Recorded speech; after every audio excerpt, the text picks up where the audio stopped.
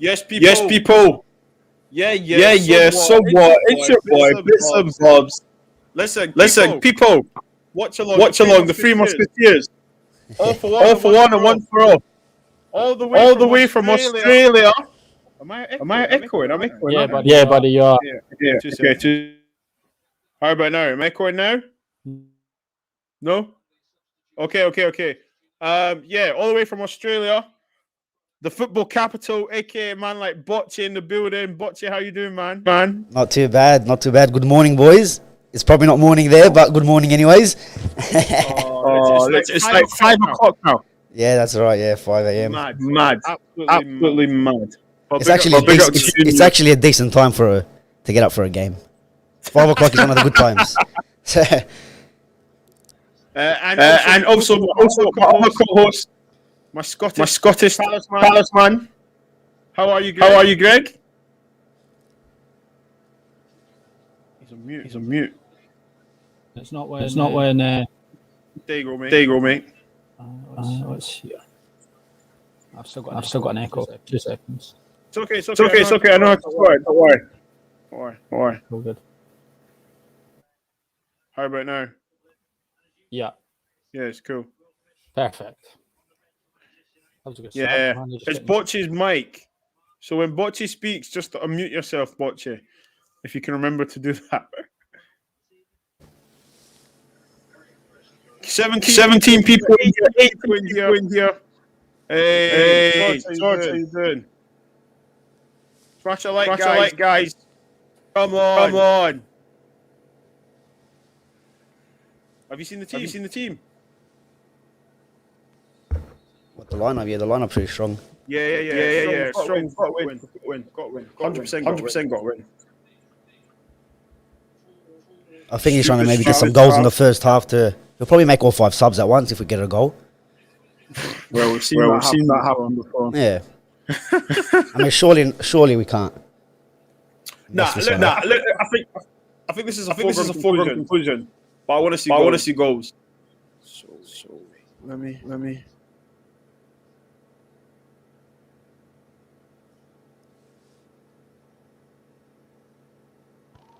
Can you guys hear me? Yeah, I can hear.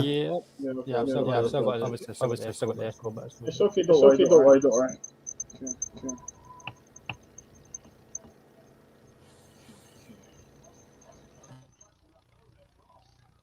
Come on. I hope they come out to play and just get absolutely slaughtered.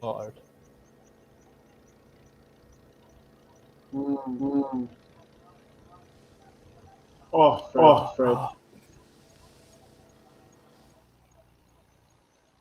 Great to see Bob with that. 100%.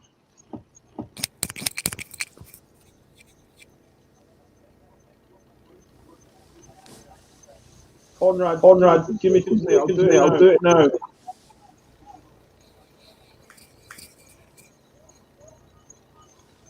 Come on. Start again. What's 1 minute you guys on?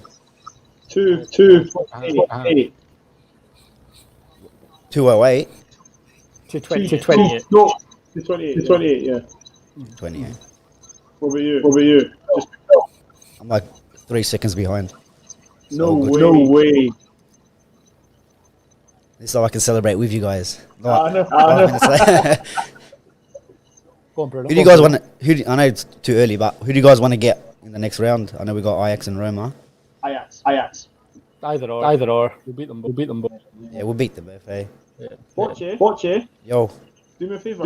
Take your mic out and put it back in. My mic.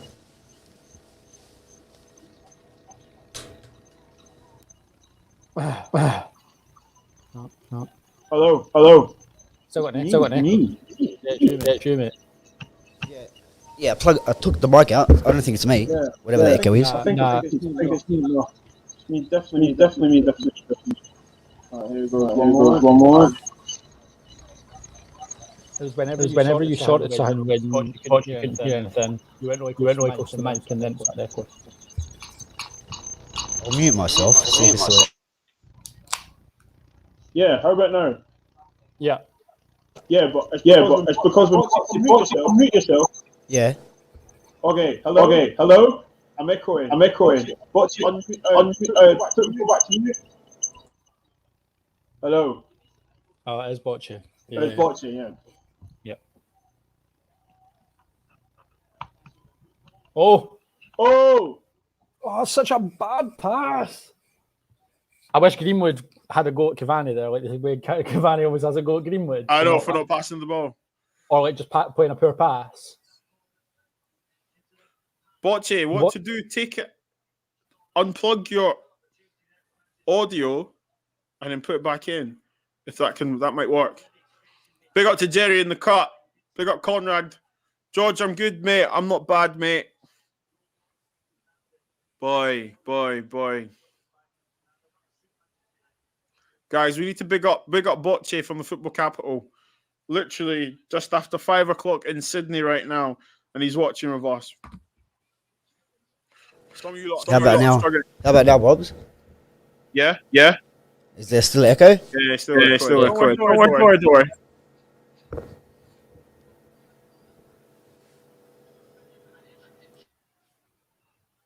Pogba's captain.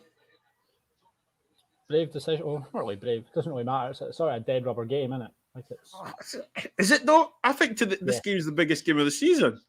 Not this one. The first leg was. It's the biggest game of the season. Come on! Oh, game done. Tie done. Thank you very much. Bocce. Game over. Yeah. Game over. Tie done. Bobz, good set.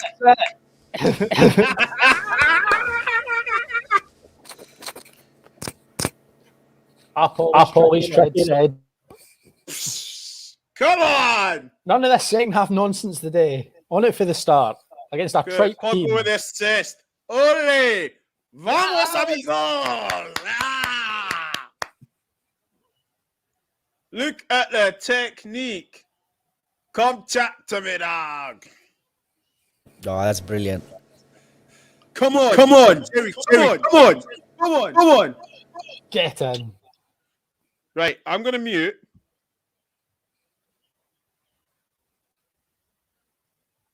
Bocce. You hear me, yeah? Yeah, I can hear. Yeah, he can hear me. There's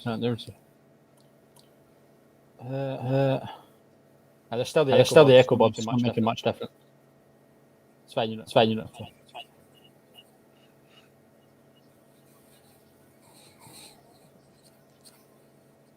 Well, we've got to talk about the goal. I mean, I saw Zidane score a left foot volley at Hampden. It's not quite the same. Not quite the same. Means the same, though. It means the same. There was a similar one by Iron Robin at Old Trafford as well. Yeah, I know. That pained me, that one. Yeah. Of course. Remember you were saying it's the biggest game of the season, Bobz? That's why I wasn't convinced. They're not that great a side. They're just not. Like, we created hardly anything in that first leg, and they created literally nothing in doing the same. Like, and now they're 2-0 down. They had to come out and play. They come out and play. They're going to leave too many gaps in behind, and that's when we slaughter teams. Like, it's just. You know what it is, though? It's just the way we play. That and we've lost 1 in 19. Yeah. Like, are you seeing what's happening now? Matic is dropping in as a centre back. Yeah. And Wan-Bissaka and Tellers are pushing up. Yeah, but this is where having Matic is different to having someone like McTominay is part of the double pivot, because if you lose it and you're now running back on the counter-attack, Matic not 100%. Hopefully brings on Ahmed. Yeah, listen, I hope he brings on Ahmed. 100% Conrad. Literally, Ahmad will come on, I would have thought. He's got to come on at half-time. Donny will come on for Bruno as well. It's party time, isn't it? If we get another goal, it's party time. Bocce, I've got an idea. Yo. Right. Is your mic and your headphones connected? Yep. Okay, Yeah, right. Take your mic out and speak.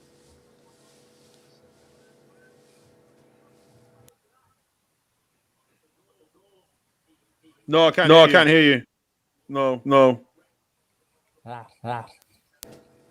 Do you know what to do? Okay. Leave the studio and come back in. So leave, then come back in. Yeah. Yeah, well, don't have an echo, but I think because it wasn't like that when you first joined. Yeah, when you first joined, not at all. Don't know what So happened. it should be fine. Oh no! Big up to Douglas.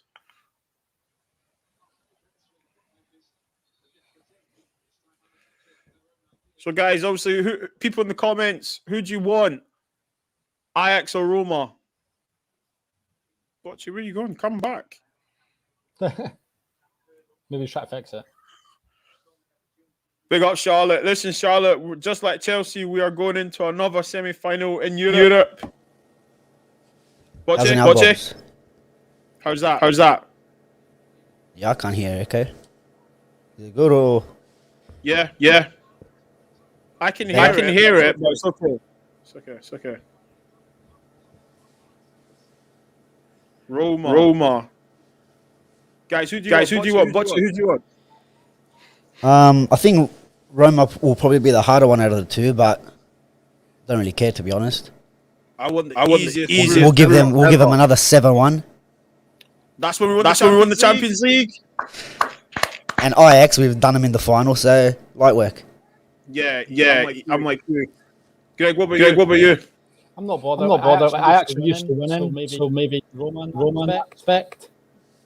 Did you just see what just happened? Yeah, they ran but they had the ball. It would have been a foul. I would have thought.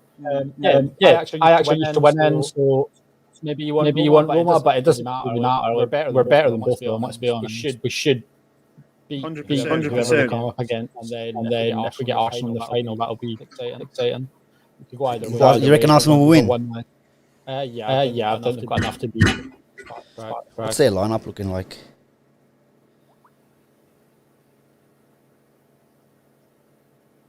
Yeah, full strength.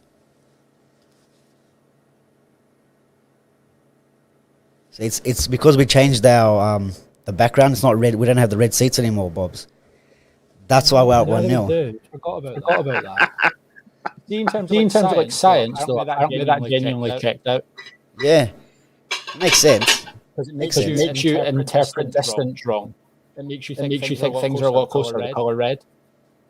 So it would make in your split second decision. It would make a difference. Which I suppose at the elite level is going to make a difference. Still as it sounds. Like at that elite level. Like that extra half a second to think. Yeah. And just have it right. It was funny. A couple of weeks ago, someone called up on TalkSport and mentioned that I think it was like United, Liverpool, and someone else had because of their seats, they're struggling the last couple of weeks, and they laughed at him, and now it looks like he maybe has a point. You kind of make, and maybe that's why we got the black background now, because now Granada's in the black jerseys, they're going to struggle. So you never know. Masterclass. Guys, I think we can win it. What, win the Europa League? Yeah. We have to. Yeah. We're literally better than every other team. Yeah, we are. That's the problem. Is there any other English teams in it? Or your Arsenal? Any serious English teams? Yeah, there you go. Arsenal have got a beauty to beat the racist club, man. Did they play get a 10 match ban? Is that all you got? 10 listen. 10 games is a joke. Literally. I can miss a drug test and get banned for 6 months to a year. But I can call someone an effing monkey and get banned for 10 games. Didn't the Rangers player get banned as well? Yeah, for attack them in the tunnel or something. Yeah. 3 games. Imagine. Which isn't obviously everything like. They definitely should have got more. I agree with people saying that the Rangers push shouldn't have got banned at all, because it's still at the end of the day. But maybe 3 and 10, it doesn't add up. It needs to be like a much harsher punishment for Cadell. Arsenal just scored. Arsenal just scored? Yeah. Oh well. Good for them. You coming? Quick, come see Uncle Borce. Come see Uncle Borce. Hi, Uncle Borce. Hey, Junior, how are you? Hi. Say hi, Uncle Greg. Say hi, Uncle Greg. Okay.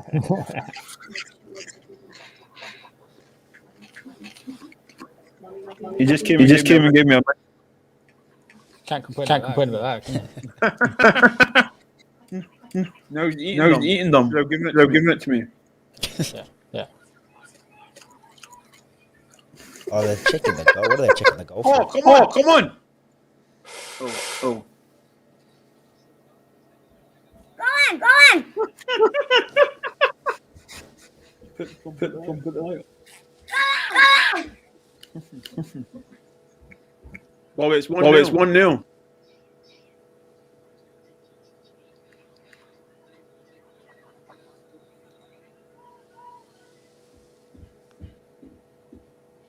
See when Wan-Bissaka does that. Yeah. Right. Do you think to yourself, fantastic, he's got the guy, right? Or do you just think, why are you taking him on? Yeah, sorry. I think why he did that. Why you talking about the tackle, Bob? Yeah. Tackle. Good. I think that's just such a foregone conclusion. You know what I mean? In a foot race with him. He always wins it though. So if that's style, then if it works all the time, I suppose. Kind of has to be though, because he's possession. That's why he makes so many good tackles. Yeah, 1-on-1, he's probably like the best in the league. Comfortably. He's the best one-on-one defender. Maybe up there, one of the best one-on-one defenders in world football. Is this allowed to go Arsenal's?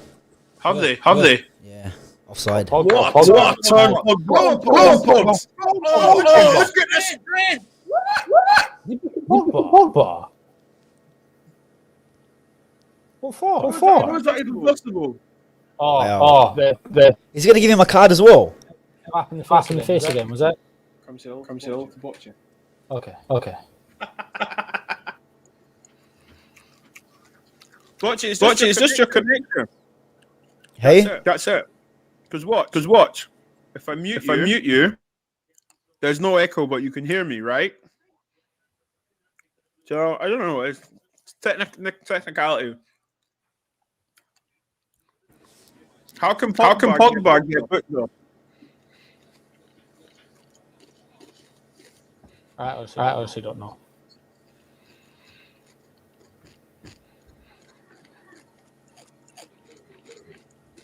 Conrad, big up to you, man.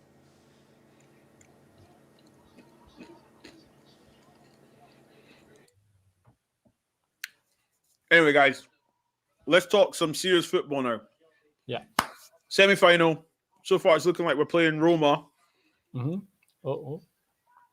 Can we do it? I think we can. Yeah. I think we can. I think we've got... Yeah. I wouldn't say we've got the squad. I'd say we've got 14 players that are probably better than the rest of the other team. Mm-hmm. And you've got 2 or 3 players that can individually win you games of football and win you tournaments on their own, and Pogba, Fernandes and Rashford, don't you? So, well, that's the thing. If Rashford can stay on the pitch. If Rashford's fit, yeah. I'm glad he's not playing tonight. By the way, can we pick up Botch's second live stream? Up here. Technically the first. The other one was like a bit of a, a brief. Yeah. Spent most of the time trying to get in.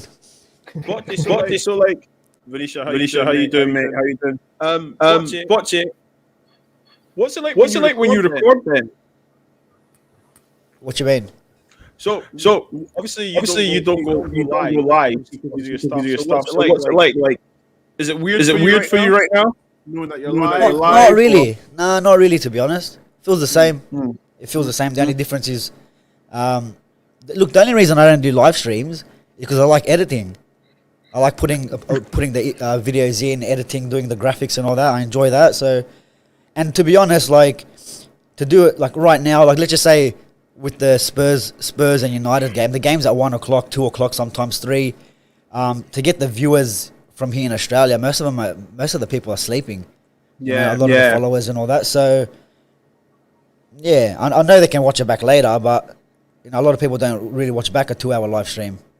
You know, you have to go back in and then you know, get the clip them out yourself. So I don't know. I just enjoy it. I just enjoy the editing side of things. So yeah, man. But you know, the live streams like right now feels the same. To be honest, no different. And do you know? Like I do watch your stuff. I love your penalty bar. I love your little crew, man. Yeah, no, the boys are good. You Yeah. guys are funny as hell. Yeah, we enjoy it, man. We enjoy it, and that's the best thing, man. The boys all come over. It's like a day out, you know what I mean? Come into the studio, we record, have a bit of a laugh, and you know most of the banter and all that comes off the camera, and we're like, we're just gonna keep this camera rolling sometimes, you know what I mean? Oh, I saw they got a penalty now. Jeez. Charlotteson is 2-0. Yeah. So Pepe got a goal now. Lacazette. Who's this?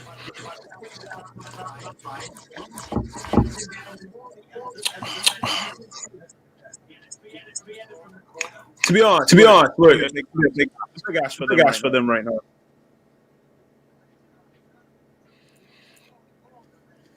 Vance, I don't know yet, mate. I'll check. As long as you're subscribed, bro, it's all that matters. Yeah, so as I was saying, guys, right? So what to do? I think I know how we're going to work this echo sound, right? So, Bocce, when we talk, you go mute. Then when you talk, come off it and then go back on. Yeah, no issues. All good. I just can't hear it. I don't know why I can't hear it on my end. I can't hear the echo. Wait, let me see if I can work something out here. Okay, because it never happened last time, but you were using your phone, right? Yeah. Right. Let's do this. Okay, 2 seconds. Is there an echo now? Yeah. No echo. Oh my goodness. Oh, there is. Wait. It's not as bad now. Can you still hear me though? Yeah, I can hear you. But the echo's not as bad. Oh, Okay. how we done that? I'll take that. Did you just? I've just dropped the volume on the laptop. Yeah, that's what it'll be. Yeah. A bit. Yeah. Can you drop that all the way down and still hear us? All the way to the down. And still... But then I can't hear you. All right, I won't be able to hear you guys. Ah, okay. Right, okay, no worries. So that's what's playing against each other then? Yeah, I thought it was. Yeah. Thanks for letting us know, Greg. I didn't think it was you. I thought it was Bocce. I just didn't know what it was. So guys, right? Okay, as I was saying, Roma, right? Are we talking that semis? Is it going to be a foregone conclusion? Bocce's saying it with the best squad. True. But he's upside. No, he's not. Yeah, he is. Is Roma not too experienced for us? No. They've got I think it's ours to lose, man, to be honest. Honestly, I think it's ours to lose. Mm-hmm. Because I just think that, like, I think that Roma have got some Premier League experience, some older boys, older heads, probably a bit more cunning, you know, probably a bit more street smart, you know, over 2 legs, we should have it all. Do you know what I'm trying to say to you? Yeah, I think over 2 legs we should have Roma, to be honest. Even Ajax. Yeah. Oh, Ajax, I'm not worried about Ajax, to be honest. Literally, even when we got to the final last time, I was like, yeah, we're winning. Saka 3-0. Listen, the whole ethnic community is behind Arsenal tonight. Trust me. Everyone's behind Arsenal. No one else. They had enough chances in the first leg playing poorly that they should have buried them. So they were always true. Talking about having enough chances. What was Salah last night? Bloody hell. I couldn't believe that first chance he missed. If that had gone in, What? definitely Crazy. How happy was Vinci to see Liverpool lose? He was probably like the happiest Liverpool fan. I was watching him on the Instagram. I'm like, what's going? What is he so happy for? Do you know the funny thing is, I messaged him, and we spoke at halftime, and we were just saying that, like, they need to get their grip together. And I said to him, was like, "You're not scoring." He's like, "We're gonna score." I was like, "You're not scoring." He's like, "We'll watch." And then I called him at full time. He's like, "Yeah, I'll speak to you later." Then I convinced him to come on the IG live. I'm gonna start doing that. Just like going IG live after when rival clubs play. Just rinse them. And then Yeah, 100%. Lads, let's still score again. I know, we're getting a bit carried away. Fred. Oh, man, Van's absolutely done. They're not Oh, scoring. the Bobz. Come on. Greenwood is gone. Oh. Keep the ball. They'll get tired. Like, they'll get fed up chasing shadows. We just need to keep the ball. And be I think they'll sensible. get dirty. You know that? Yeah, they've got the most red cards in La Liga. Let's see if this works. Hello? Okay. Still, Wait. Hello? Okay. Right, check. 1, 2, 1, 2. Oh.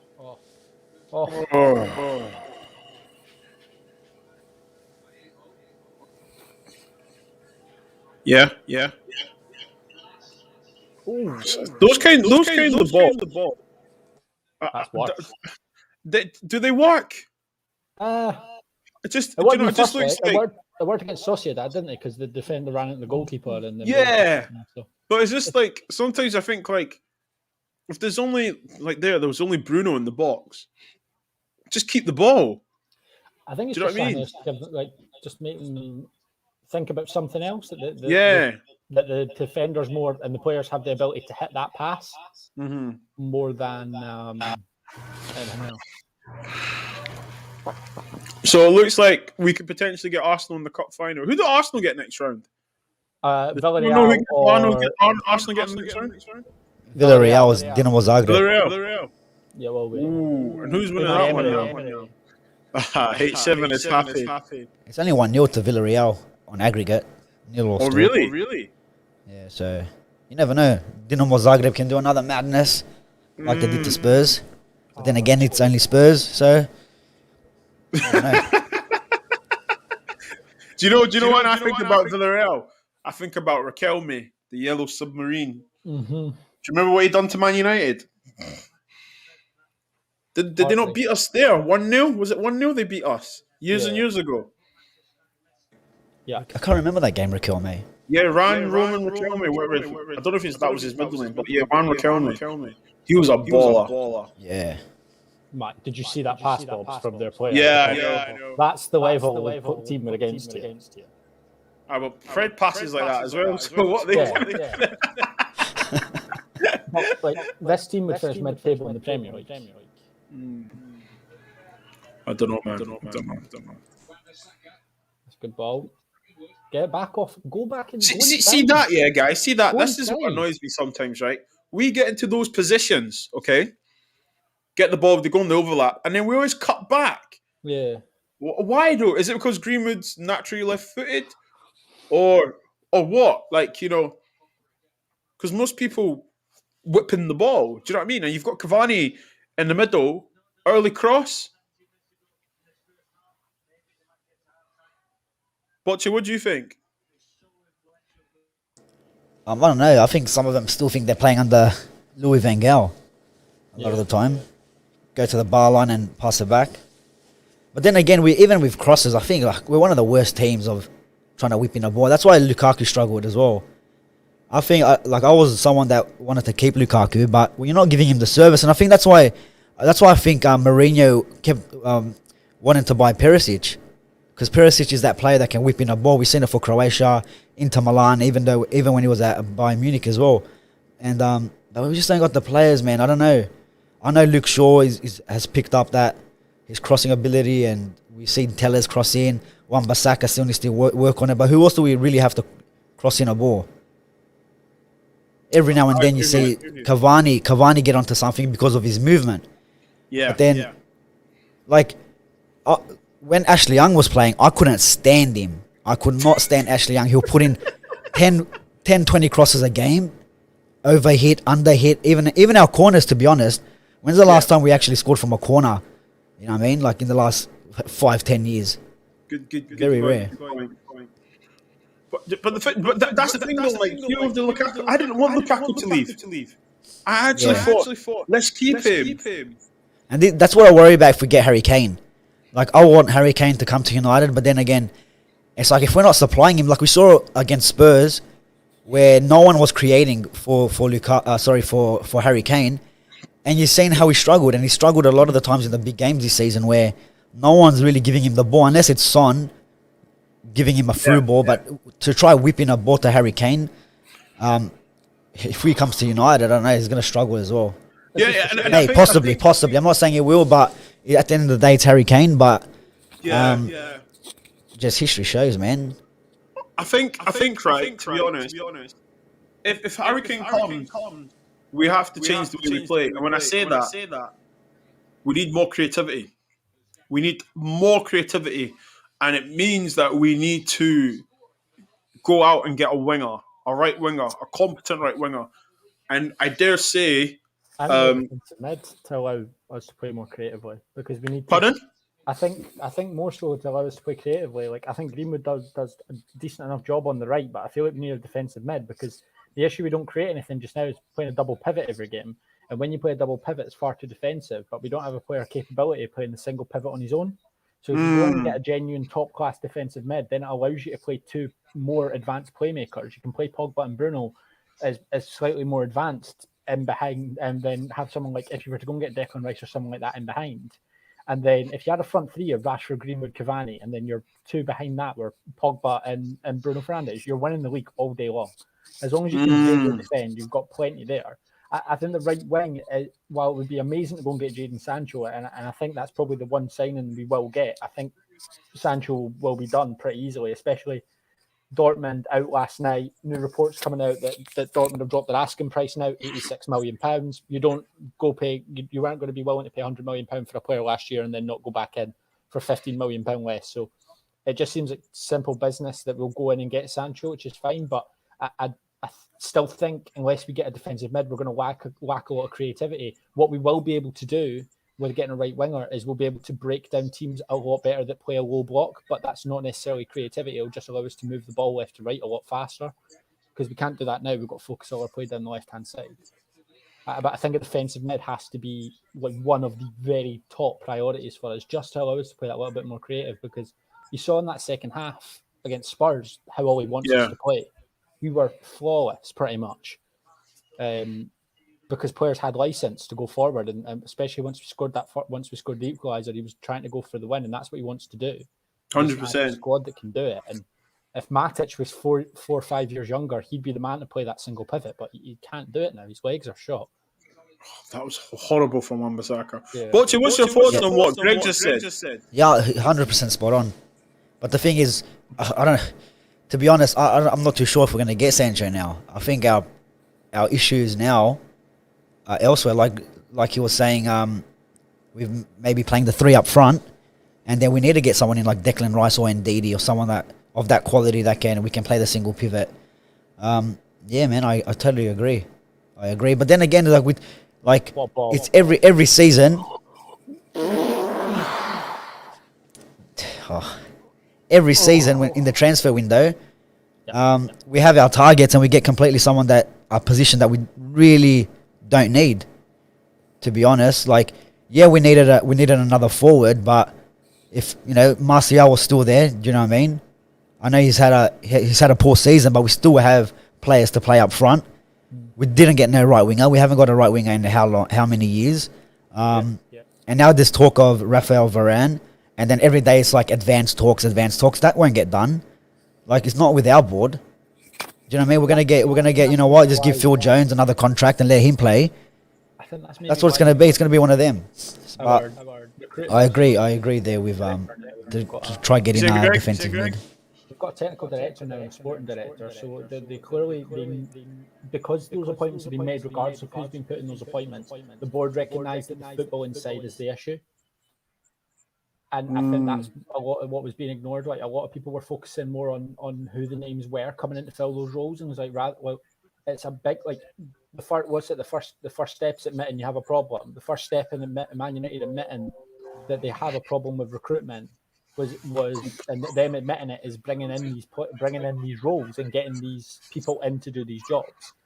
You can't they're not going to be able to fix this overnight. Man United are not going to be able to fix their recruitment process overnight. We've dug ourselves into a hole where we'll pay whatever people ask us to. Yeah. And we dug ourselves into that, and we're going to have to work our way out of that over time. And okay, it might mean a couple of frustrating summers like last year. Okay, Fred. It might mean a couple of frustrating summers like last year where we stand firm on a price and go, we're not going to pay it, but we'll reap rewards for it in the long run, because we'll not have that reputation anymore, and eventually it'll get back to players that want to play for Manchester United. They'll force their way out of their club to play for Manchester United again. Because what we noticed, especially in the time having Van Gaal and Mourinho, there was a lot of players that were coming to play for Man United, but because we were offering the most amount of money, not because we were Man United anymore. And I think the Sancho, like even though what Bocci said, I think the Sancho deal will be done. I just think I can't see where the board is savvy with money as Man United, who obviously even Woodward agreed that Sancho was a target last year. We're willing to pay 100 million all the way up to deadline day. And then you get told, like 12 months later, where you still have the same issue in your squad, that you can get them for £15 million less. Like, I just think that's so. It just makes business sense. But I want to give this board the credit. I want to obviously give them the benefit of the doubt in the fact that they've now made these changes up top. They've got a new technical director and sporting director now, so they know it's an issue. So I feel like there needs to be optimism from Man United fans, but also not being a case of like we're not going to go out and get Varane, Sancho, and Rice in one window. That's just not going to happen. Like it's not FIFA. But I feel like there needs to be 100% right. Yeah, I forgot about the whole Darren Fletcher and all that coming in and football director. So I get it. It's an issue. They know it's a problem because they wouldn't make those changes if not, because they tried to do without it for years. They were adamant that their system would work, and now they're noticing that they're on the pitch, they're being left behind, and even in the terms of being left behind, we're not that far away. Like we're 2 or 3 players winning that Premier League. Yeah, but then, like you said, to get Varane, Sancho, and Rice in, why not? Why not? We need to. Like, this is if you guys are serious about winning the league and winning trophies, get these players in. Do you know what I mean? Like, look at the last time. All right, the last time we came second under Mourinho, yeah, we were 19, 20 points behind, yeah. But all right, going forward? All right, we came second. The next step is trying to win the league, and who did we get in? We got in Fred, Lee Grant, and what was it, Delo or something we got in. Yeah. So they're not serious. That's the thing, they're not serious. Exactly. And that goes all the way back to when we had Sir Alex. We sold Cristiano Ronaldo, we got Michael Owen and Overton. This is, you know what I mean, with that money. So you're right. I really don't trust the board to actually see these players start coming in, the right players, not just, oh yeah, this player's going to sell shirts, so we're gonna bring him in. You know what I mean? I would feel like that under any other manager but Ollie. I feel like all the signings that Ollie's made, that's why I think Van de Beek just feels like such a forced signing. It feels so strange. He doesn't fit any sort of mould to what the rest of them fit. Finish, first time. Oh, Bruno, but all the other, if you look at Wan-Bissaka and Maguire, and even Dan James, the way he's slotted in around the squad, and Cavani this season's been so effective, and he's getting the best out of Shaw, and he's really improved McTominay, and he's even improved Fred. Like, there's a direction now for this team, and at any point, I feel like the board now can see clear progress and can see a reason to back Ollie. Because he isn't far away. Like, they did go and spend the money on Bruno Fernandes. At the end of the day, Ollie didn't get to make the decision on his own. Bruno. Like, but with Bruno, they should have got him 6 months earlier. Exactly. Do you know what I mean? So why are we leaving? Like even in this year's transfer window, So when was it? So we're leaving Cavani. He was free since the start of the season because the French league got null and void or whatever because of COVID, and we still got him on the deadline day. We still got Donny at last minute as well. Tellers as well last minute. Why aren't we making these signings earlier? Let them have whatever preseason they had. At least let them get into the squad. And then we had like Ahmad that we couldn't get into a squad because he couldn't get a visa or whatever, the work permit, whatever he had to get, because we're leaving him too late. That's because he was it? Because he hasn't. Because he's African. He's not played any football. Like because he hadn't played. Okay, fair enough. But you make a good point though. You make a good point, my friend, because at the end of the day, right? It's about, yes, we know that both and Pogba, but we know, right? We know crossing Greenwood, and we know the players we need is actually getting it. And this is why I keep talking about Harry Kane, because I think if we get Harry Kane, it shows an intent, okay? And then, Mourinho was trying to get Perisic to create. When you get a certain player, you need to feed that. Do you remember Yakubu and Harry Redknapp? Harry Redknapp used to be like, I need to get people that cross the ball. And someone in midfield, like Cranky at the time, that will pass it to him direct. So when you get Harry Kane, it's not being like Harry Kane is going to sign Harry Kane, he's going to get 25 goals. You need to look at how he gets the 25 goals. Do you know what I'm trying to say to you guys? So that's what I think and hope, that if we get him, we buy players that can create for him. Because I just want Harry Kane to stay in the box and score goals. Don't know about you guys. No, I agree. And Harry Kane's going to come in and be a genuine, like an out-and-out striker, whereas that's what obviously Rashford isn't, and it's maybe not what Greenwood is either. Like, we were talking about this before the game on BT Sport, that they don't see Greenwood as the type of striker that's going to hold up play and allow wingers to run past him, or he's not going to score headers. Like, he's going to take the ball in that wide right channel, drive at players and score goals. So maybe bringing someone like Harry Kane, like I said, it shows real intent. He's a genuine number 9. I think if we were to get someone like Harry Kane, it would just be a case of getting a really good defensive mid to allow us to use him to his best. Because he brought assists in his game as well, which makes him an even more valuable asset. Because if you've got players like Greenwood and Rashford running in beyond him. Hey, I think I've just sorted the echo cancellation. Yeah, you have. Yes, let's go. How did you do that? Come on. What did you do? So basically, on Botche's thing, there's each individual has a setting. You can edit the mic setting, right? And I hadn't edited Botche's one because Greg, when you come on, you've been coming on, I edit yours. So Botche, it's my fault actually. Only took 40 minutes, guys, but we got there. That's all right. Technology, eh? Sorry, no, Greg, carry on. I can't remember. Yeah, I just like you said, it shows real intent. I just think we need a genuinely good defensive midfielder to get someone like Harry Kane, just to allow us to exploit it. Yeah, but like, look, at the end of the day, right? Like, we've probably got. They've said FFP have said you can do whatever you want, right? Yep. Literally's out the window. So shouldn't the board be like, right?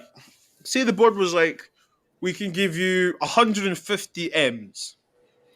No, let's be real. They'll probably give us 100 million. Right? 100 million, then you've got assets to sell. And you've got assets, right? So you've got to think to yourself, you've got to be shrewd here. And I personally think you need a spine, you need a strong core. I think Declan Rice has to be priority over Kane. Kane. As much as I love and want Harry Kane, I think Declan Rice is more instrumental for us. Yeah. No, he absolutely is. Like, you build teams from the back, don't you? Like, you build from the back. We've got players that can score goals and stuff like that. Our issue is more breaking teams down and creating. Because even in the last little while, like, if you asked me at the start of the season what Man United need more desperately, I would have said a right winger and a centre half. But the way that this team played over the can they not shoot today? Yeah, like, what's going on, man? And just the way since the team's played all season, like, it looks more that the key areas are defensive mid and then maybe a right winger. But a DM is so crucial. Yeah, 100%. You'll see if the board is serious. They need to use Lingard part of the deal. Oh, 100%. They need to try to use Lingard part of the deal. Do you know what I mean? Like, you save a lot of money there. You're talking about trying to palm players off. Use Jesse Lingard. Look, as much as, you know, some of United fans love him, we've got to let him go. Like, we have to let him go. Look, he's happy there. Do they love him because he's a footballer, or do they love him because of Instagram? Yeah, they love him because he's brand and Instagram and what he's about. They don't love him because whatever it might be. We need to use him. We need to let him go. We can't keep him because he doesn't. I don't see him getting in the squad in front of players like Bruno, Pogba, even Donny, to be honest. And Donny can't even get a look in the squad. 100%. So I reckon we have to use Lingard as part of that deal. You look at his moonwalking in the change room. I know. I saw it. He's happy, man. He's happy. Free Lingard. Free J Lingard. Target Bruno. Oh, right, guys. I need to ask you a question. Right, we're going to get a bit deep technical because obviously halftime's coming up, right? And I think I read something today on Instagram and it's got me thinking. It said Jesse Lingard is prime example towards the coaching and the media in England. So basically, to break it down, just because Jesse Lingard lost his confidence doesn't make him a bad player. Because what he's doing at West Ham, to be honest, he went through a stage with Man United doing it. You're not a bad player overnight. You can lose your confidence overnight. So, do we need better coaching?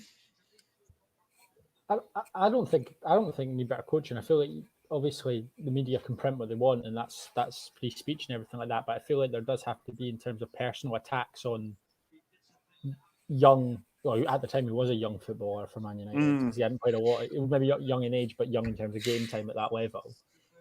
And I feel like there was a lot of personal attacks on Jesse Lingard. And he wasn't brought into the squad to be a world beater. He wasn't brought into the squad to be an Alexis Sanchez, a Romelu Lukaku, or Paul Pogba. He was brought in to be a Manchester boy, living his dream, playing for his team. And you could always guarantee a shift out of Lingard. And then I guess people obviously turned on him really quickly because he didn't have any product, regardless of sort of what he put out. I just feel like he was untreated fairly by a group of our fan base who turned him quite quickly, and then I feel like the media went after him because he was an easy target. Yeah. And then I just think he's playing with no pressure at West Ham. He went out on loan with absolutely no pressure. But is it no pressure, or is it because... Yeah. No, but see, I hear what you said about no pressure, right? But hear me out, I'm thinking... Could you not coach that then? To be like, do you know what? Today, Jesse, when you go out, just make your passes. We should be able to create an atmosphere. Do you know what I'm trying to say here? You can't coach mental toughness, though. Yeah. No, you can't. But this is what we're saying, though, isn't it? Like Harry Redknapp was best for it. He'd hug a player. He'd tell them they were the best in the world. He'd be hard on someone. Fergie was best at it.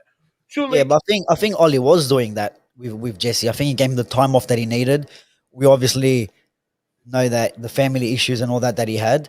And then coming into the games, whenever he did start, every one little mistake, you hear the fans getting on his back. Yeah. You hear, then you go on social media. Jesse Lingard, someone that's on social media, so maybe he might read all the tweets, he might read all the posts about him. So that's going to affect him as well. So every time he gets the ball, he's like, oh, I need to make the right pass. And then that puts more pressure on him. And then he makes these mistakes. Or people just take everything out of context. He takes one shot. Oh, there he is. And they come up with the whole, he's a young prospect. Yeah, this young academy player. But, look, I think there was one game when I was at Old Trafford, 2017. We played Man City. We had players like Lukaku, Ibrahimovic on the field, Pogba. And the only two players that actually played for the badge in that game was Lingard and Rashford. Do you know what I mean? They're the only ones that knew what a Manchester derby was. Yeah. And we don't really expect we didn't expect Jesse Lingard to be scoring like he's doing now for West Ham, for United, yeah? We knew he'll put in a shift. He's really good on the press. So every big game, if you noticed, Mourinho was playing him.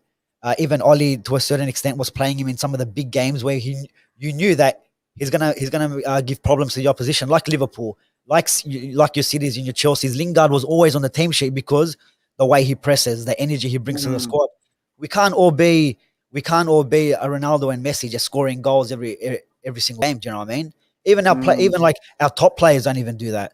So I think there was too much expectation on with Lingard, and maybe too much pressure we put on ourselves. And we were saying it the other day. We keep doing it to ourselves, like United fans. We keep killing our young players, like even Rashford. I know, like we all know, Rashford gets the ball, he will take 100 step overs. Maybe his football IQ is not really the best, but we keep giving him stick. Oh, Rashford needed it. Couple of seasons ago, a lot of the fans were asking, "Oh, send him on loan." And then he comes on and scores over 20 goals last season. Do you know what I mean? So I think as fans, we just need to take a step back a little bit and be like, you know what, some of these players are young, and then who knows what, especially now, like during COVID, who knows what COVID has done to some of these players as well, not be able to see their families, like we've seen already news with Cavani. Yeah. He's not sure whether he wants to stay, but the whole thing with the family issue, you can't see the family. That's another thing as well. So we don't, like, I think fans just put pressure on their players and I like how you talked about that, because like we don't know what's going on with the players and the family, and I think that's quite interesting, isn't it? Because Rashford was slaughtered for going on international duty, but then I was watching, I can't remember what stream, but then no, it was on Twitter. It was one of these things that get retweeted. Has big up to Lambs. Racism lost tonight, 100%. And they said that people were saying that Rashford shouldn't have went, but did anyone think that Rashford actually probably just went to see his friends? And I didn't think it like that. Yeah, he did. He went for the meeting and went to see his mates. Yeah, literally. You know what, Bob? You know what? Someone inboxed me. He's obviously out. His whole page is dedicated to Ollie out. So you know, he's messaged me and he said because we had a chat before about how Rashford keeps playing injured, or is he really injured? Because we all know the players know their own body. If he we got the physios and all that can tell you the fitness stuff and all that. They can tell you, is he fit? Can he play? Do a fitness test. Can he pass it? If he's passed it, then obviously he's going to be on the team sheet, right? Yeah, exactly. And obviously the player knows his own body, and he's like, "Oh, it's all Ollie's fault if he kills Rashford." I'm like, "What?" Just because he's pictured with an England jacket, he didn't even play in the break. Yeah, so he's probably gone to see the medical staff with the England squad, like you said as well. Maybe he's just gone to see his friends, his mates, isn't it? Like, that's exactly right. And like, it's crazy, isn't it? We're quick to jump the gun. Like fans, we're just quick to jump the gun. And you know what it is as well? Because there's been a lot of YouTube people on YouTube trying to make content. Yeah. Anything, any bit of content, they have to talk about. Do you know what I mean? Regardless what it is. Like, I'm pretty sure there's going to be content about Ollie's comments about the red seats. Yeah, I know. We need to write something. We need to speak about something. So there's going to be content about that. But yeah, man. I think it's the generation, Bocce. And Greg, I know you're younger than me and Bocce, right? But I do seriously think, like, do you know, like, Bocce, like, I find it quite funny how like I respect the YouTube world and obviously everyone that makes content and stuff. However, like, I think to myself, you know, like, I see people saying like, "Oh, we're doing a watch along." I don't see it as a watch. I see it as like I'm watching football with my two friends now, right? Yeah. Because we can't go somewhere to watch it. Okay, and obviously, Bocce, you're in Sydney respectively. So for me, this is perfect, you know. And to talk on everything here, like, I remember when Man United used to play really, really bad, like Fergie period, and we'd still win, and you just be like, we were lucky, we got away with that. You know, hopefully they can fix up. And you left it at that. Yeah. Everyone's you talk about the game and stuff. Yeah. And then that's it. You wouldn't even get personal. Like, do you know what I mean? And if you were at the games, like, for me, it was like, obviously you stay at the end, and if you're trying to catch the tram, because Greg, I don't know if you've been respectful, but Bocce, you know, it's like a full time. It is packed. Like, it is packed, and it's a struggle to even get out. So some people leave early to try and get, and I'm just thinking, like, I can never remember a time in society where everything was so poisonous. Maybe it's because it's social media. I don't know, but Social I just media is remember so like negative. talking about the game. You talked about it, and that was it. And then we moved. Now it's like every little word, adjective, Everything. noun, Yeah. verb. It's because everything can be like We screenshotted and overanalyze clipped up games and now. brought back up and everything like that, can't it now? So if you make that one mistake, then it lives with you forever. That's what you are. And that's when, if you have young players that can sort of push that away and are outstanding in that sense, then that separates them from the rest over actual ability more times than not. If you've got You a young seen Scott player that McTominay being warmed up. you can't, he's What? Isn't he? Is Isn't he that suspended? McTominay I'm seeing? that's Van de Beek. Maybe it's Is it Donny. Van de Beek? Oh, he's coming at half time. Oh, I was going Make McTominay the 5 suspended. subs. I Hope reckon he's make 5 not. changes. I was gonna say, beg your pardon. Yeah, I just saw a white male with blonde hair, so I just assumed McTominay. Yeah, Scotty's suspended. But Yeah. on what you were saying, Bob's, we just overanalyze games. We try to analyze it to the T just for content, and I think sometimes Yeah. you don't really need to. Like when the same year where I went to watch United, I watched the City game, the CSK and Moscow in the Champions League, and then Bournemouth as well. Now the Bournemouth game, the couple games before that, there was a lot of stick put on Lukaku, right, for not scoring. He was in a goal drought. He made them two mistakes in the corner against City where he kind of maybe helped them with the goal. And against Bournemouth, he ended up scoring the winner. So we only won 1-0. And after the game, Bob's, like, it was like a funeral. I'm like, Are you what is going serious? on here? We just won. We just won 3 points. I get it's Bournemouth, but we got the 3 points. Let's move on now. And then I go outside and you have some of the fan channels out there. I think Flex was out there, and it was all like negative. I'm like, we just won a game. And That's everyone's what it still was. putting on Lukaku. I'm like, no wonder he wants to leave. Yeah. No, and if you run that game back, you can see every time Lukaku did something, you can see he wasn't happy because all the stick he was getting the last couple of weeks, and then he ended up scoring, and he just looked at the fans almost like a Cantona look, but in a kind of negative. You know what I mean? And I'm like, I'm buzzing. Like, I don't get these opportunities to go to Old Trafford a lot. I'm like, we just won. I go outside and everyone's angry. Everyone's in a rush to get home. No one, like, I'm like, what's going on here? It's crazy, man. It's crazy. Do you know what? And you can hear, when you watch people don't realize that when you watch the thing on TV, you can hear the crowd and you can hear a lot of the songs that they sing. You can hear the abuse they get. Just going to pause there. Lambs reacts. But Bob's, imagine every time someone's team loses and a black player doesn't play well, they're always the subject. Look at Genie last night. He's not the only one. Listen, 100%. I mean, we saw Genie go out last night. It's becoming a fashion accessory now. Black player in your team don't play well. Out comes the monkey emojis and stuff. You know, Exactly. Do you know what I don't get? Yeah, do you know we speak about the whole thing with social media, and social media need to do something. Look, they haven't done anything, right? Yeah. Why don't I think that we need to start, I don't know, going at like Apple and Android and tell them to get rid of the emojis. The next update, every phone get all these monkey emojis, even the banana emoji, get rid of them. Why? We don't need them. Bobs, we're old enough. Back in the day, we had the little Nokias. Yeah. When we want to send someone a smiley face, we'll put the 2 dots with the closed bracket. Yeah, exactly. You know what I mean? A little cheeky tongue emoji, put the capital P with the 2 dots. You don't need these emojis. Get rid of them.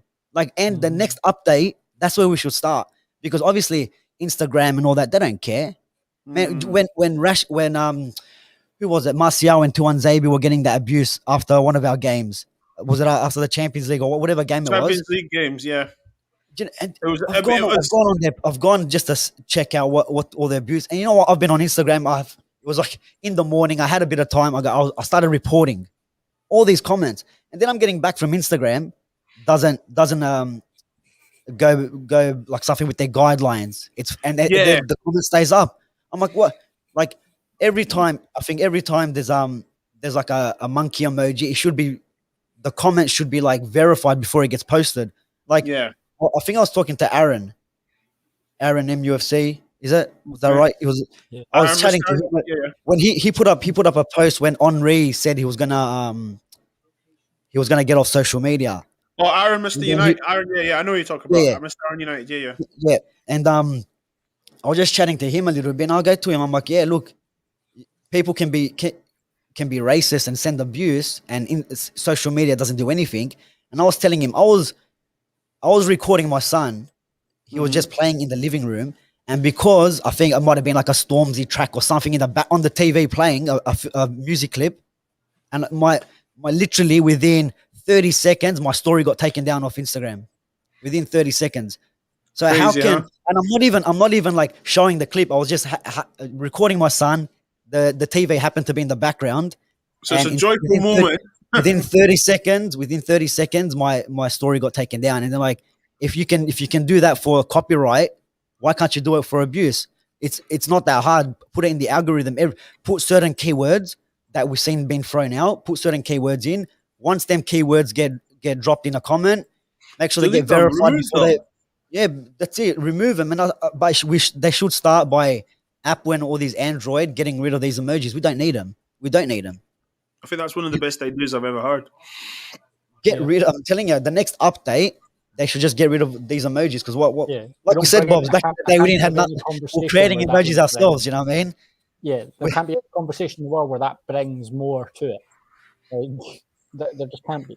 There's no way in which that sort of emoji brings context to the conversation. Yeah. And do you know? Do you know what? It's very.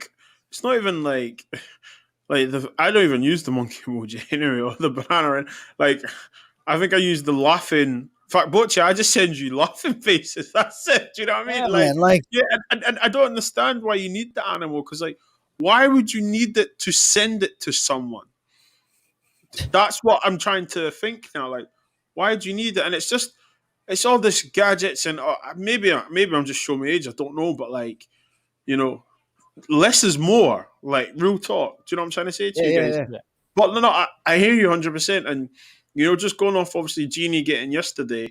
Like I'm not shocked anymore. And did you guys see Troy Townsend put on his story that the guy from UEFA said you should not discuss or contest the 10-game ban because they feel it's more than sufficient enough. I was just like, are you kidding me? Are you absolutely kidding me? Yeah, it's not. Do you know what? To them guys, it's not priority, which is sad. I'm just going to read Danny's comment. It's disgrace the racism trend. It made me sick, and I agree with Football Capital. Social media need to do more, but I don't think it's emojis that makes it. They need passport verification.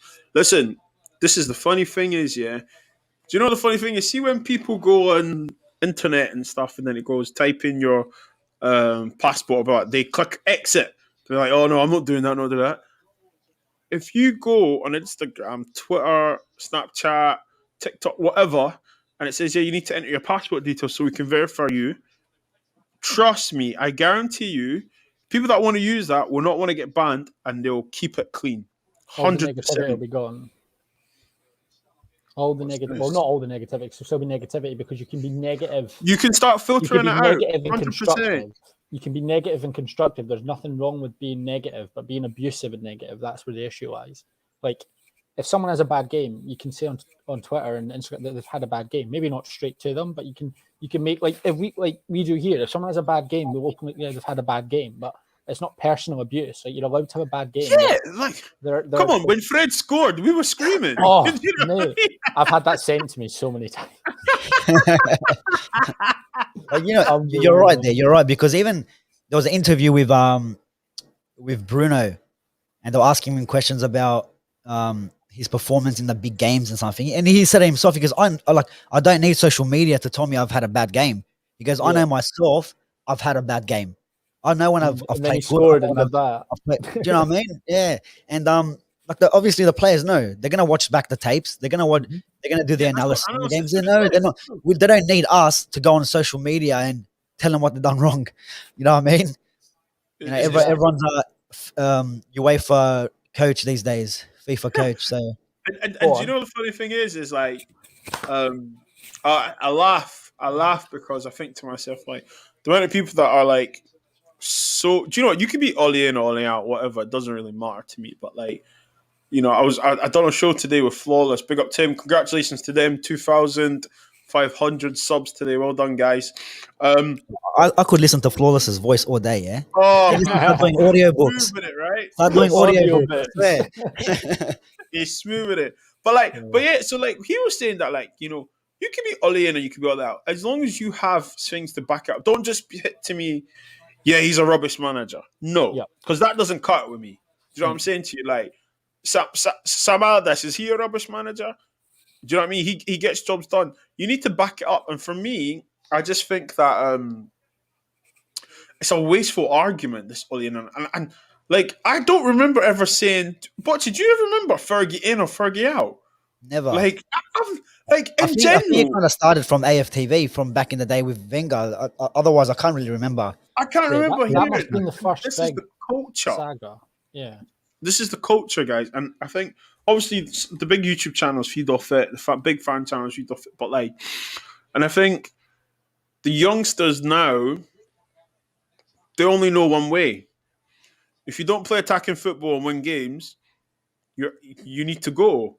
Yeah, which is and like, it's funny when I hear from Man United fans. Like, I think to myself, you do know when we played in the Champions League with Fergie, we'd play a 4-5-1, and it'd literally be a 4-5-1. Played in midfield with Darren Fletcher, Ji-Sung Park, and John O'Shea. Like, Ajax have scored. Ajax have scored. Oh wow! Okay. Bit of a, so that's 2-2. So who's away? Who has the away? Ajax is away, but I think Roma got the 2 away goals. Okay, so is that neutral now? No, I think now it's Roma still go through if it's. Roma go through and away goals. Ajax and okay, got you. Ajax need one more. Did you see they're trying to get rid of that away goals now? I understand. Yeah, I hope not. I hope not. Season, but I think it would be stupid to. It's the whole point of two. Yeah. It's a lot more exciting when there's you have to worry about that away goal.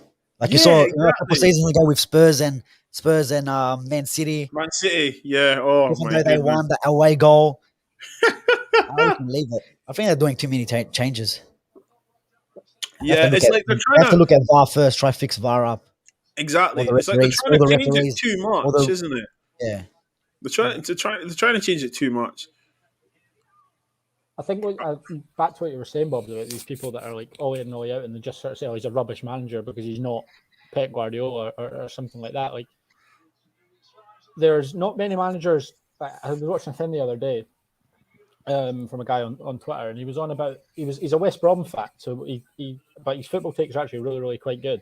Mm-hmm. And he was saying like, "Oh, I wish I had a manager that won 10 out of 16 of games away from home and only drew the other 6. Like, who's got you in the Europa League. Go on. Oh my come goodness. on. Set up. It should be a goal. It only got you to Europa League, like, quarterfinal, made multiple players of yours better, brought through young stars. Van de Beek. Like, comfortably got you as the second best team in England. But people are now so set in their ways that they didn't want Ollie. But I'll be the first to admit, I didn't want Ollie at the start when he first came in. I would much rather we brought in a genuine top qualified coach before Ollie came in. Like, when he got the job as an interim, I thought the best option was to let him get to the end of the season and then give it to someone else. But once he's been given a job, then you back him.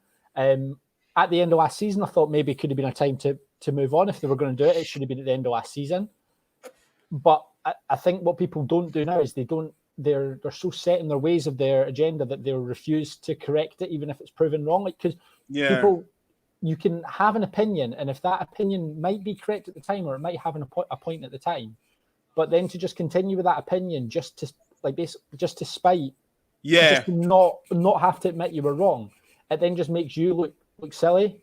It just makes you 100%. look stupid, and then that's when people will like speak down to you and things like that, and don't trust your opinions. Like, there's still Man United fans that don't rate Luke Shaw because they've not rated Luke Shaw for like 2 or 3 years.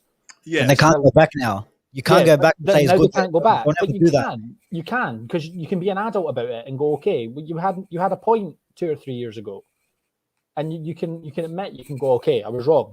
Surely you want players for your team to play well. Yeah, prove wrong, right? Yeah. Well, it's like me on a lesser scale. It's like me with Donny. Like, I don't think he's world class. I don't think he's this top midfielder that everyone wanted. But I don't actively want him to do badly. Exactly. I would really like him to score goals and assists, but I just don't think he's that. Nice.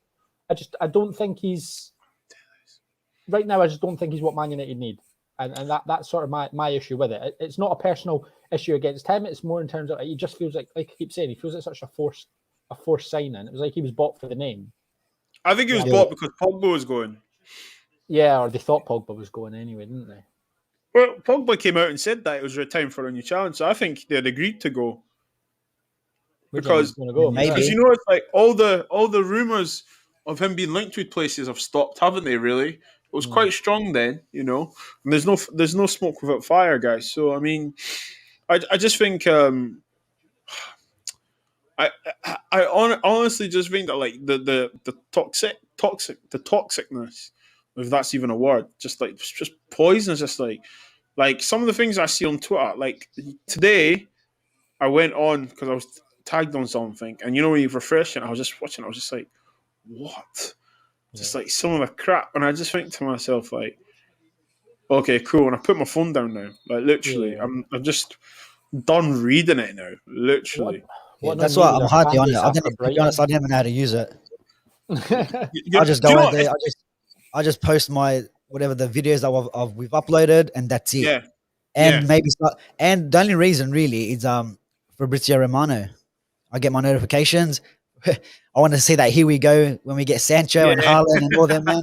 But do you know what it is as well, Bobz?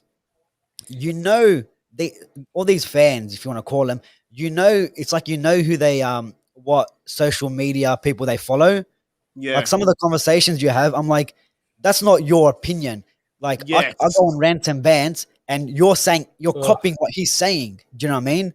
Like a lot of all these fan channels that they have a big influence in a lot of fans, right? And it's like they just literally copy and paste what they say. It's not even your view. Do you know what I mean? No. It's like, what's your opinion? Don't give me rants and bants opinion, because literally they copy word for word what they say. Like, you know, when they talk about, I know Saeed and Rant and all that, they always talk about freestyle football. It's always freestyle football, right? Yeah. And I'm hearing, I go, that's for me, that's where I've heard it with Rant and Saeed and all that. Yeah. And then when I hear other people say, I'm like, bro, that's not your views though. Yeah. I know where you're getting at. Like, I can see that, I can see who you're watching on social media. You can tell when people are watching like Full-Time Devils or Stretford Paddock, you can tell. Yeah. Because a lot of the people are saying what their views are, like copying them. I'm like, man, just what's your actual views on Ollie? What's your actual opinion? You know what I mean? And 100%, mate, 100%. And then, if you think about it, guys, you can't rate someone's intelligence or football intelligence because you can't have a conversation with them and they're just hearing something, then they're repeating it. So it's like, okay, so do you agree with that, or do you? Oh wow. Do you agree with that, or are you just saying what this guy because you like the guy? So if Bocce says that the sky's always red, I like Bocce, so the sky's always. Do you know what I'm trying to say? They'll argue it. Yeah, they'll argue it. You know what I mean? Yeah. He does look sharp, Conrad. I'm quite chuffed he's on the pitch, to be honest. I'm glad he's going to get a full 45 minutes. I hope he scores tonight. Possibly wide right. Look at the corner.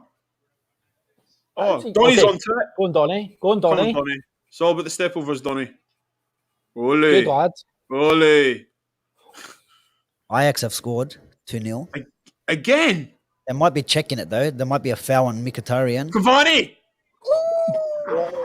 His movement is ridiculous. I know it. Everyone says it, but genuinely. I know. I call him comes Tarzan. out of nowhere. He just walks about, and then suddenly the ball's coming towards him, and he's moving at 100 miles an hour.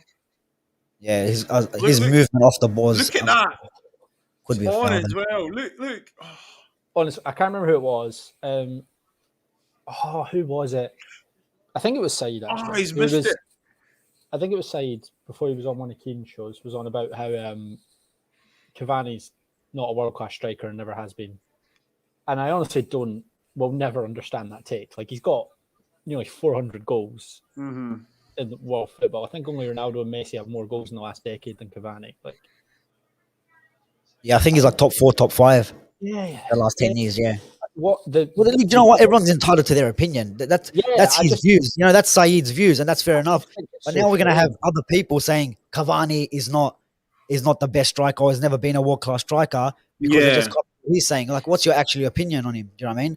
And but the Ajax goal got brushed off. I understand maybe judging him on his time at United that maybe he's not shown that he could be world class, but I don't think he could objectively, in terms of how I watch football, and I presume you guys watch football, in terms of what Cavani's achieved over the last decade, I don't think you can look at what Cavani's done and the goals he's scored and not say he's been a world class striker. Yeah, and I think. Do you know what? Yeah, I think sometimes, yeah. Of course, when you watch these guys talk about football, like for example, I watch rants and bants a lot. I don't agree with some of the things he says, but I like the conversations that he had. You know, like I respect that he's got dry humor. He's very direct, and to be fair to him, if he doesn't like a player, he'll say, "I don't like the player." Do you know what I'm trying to say to you? But like, I think like people will just clip rants and then say something better. Then I'm like, no, you actually need to watch the actual full thing. Yeah, 100%. Do you know what I'm trying to say to you? Go and watch what he's actually said. Watch what Saeed's actually said. And everyone else. I feel like people don't watch the full clip. You know? Yeah, 100%. They don't at all. And like, then it's like, oh, he said this or blah, blah, blah. Then it's like, what's the full clip? I remember I'd done a thing with a wrap up, right? It was, what was it? It was like team of the season so far, right? Yeah. And we had argued and argued and argued. And I was just like, right, for the sake of not arguing at the time, we just allowed certain players to come on board and stuff. I kid you not, Gunnar put it up, yeah? Oh my goodness. The little clip that he put up and the team, we got called deluded idiots. We got called, we didn't know nothing about football. And I remember replying to someone, was like, listen, I've had, it was quite bad actually. I said, listen, mate, I've played more professional games than you've had hot dinners. And by the look of your profile, it looks like you've had a lot of hot dinners, so shut up. and then, which is bad. I should have said that, but I was just so annoyed. Greenwood, okay. Cut across him. You've got cut across him. Hit the shot. Van de Beek.